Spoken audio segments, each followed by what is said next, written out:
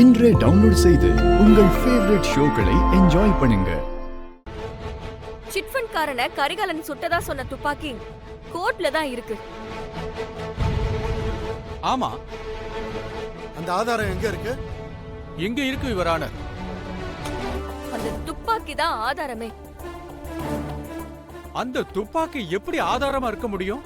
அந்த துப்பாக்கியால தான் என் புருஷன் அந்த சிட்ஃபண்ட் காரரை சுட்டதா சொல்றீங்கல்ல? ஆமா.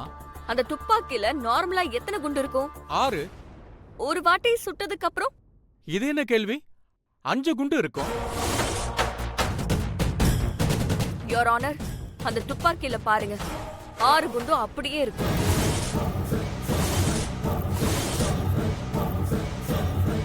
ஆமா, 6 குண்டு அப்படியே தான் இருக்கு. இரு வாதங்களையும் கேட்ட பிறகு சுந்தரம் கரிகாலன் மீது ஆதாரம் இல்லாமல் குற்றச்சாட்டுகள் வைக்கப்பட்டிருப்பதும், கரிகாலனின் மனைவியின் வாதத்தின்படி திட்டமிட்டு அவர்கள் இருவர் மீதும் பழி சுமத்தப்பட்டிருப்பதும் ஊர்ஜிதமாகிறது.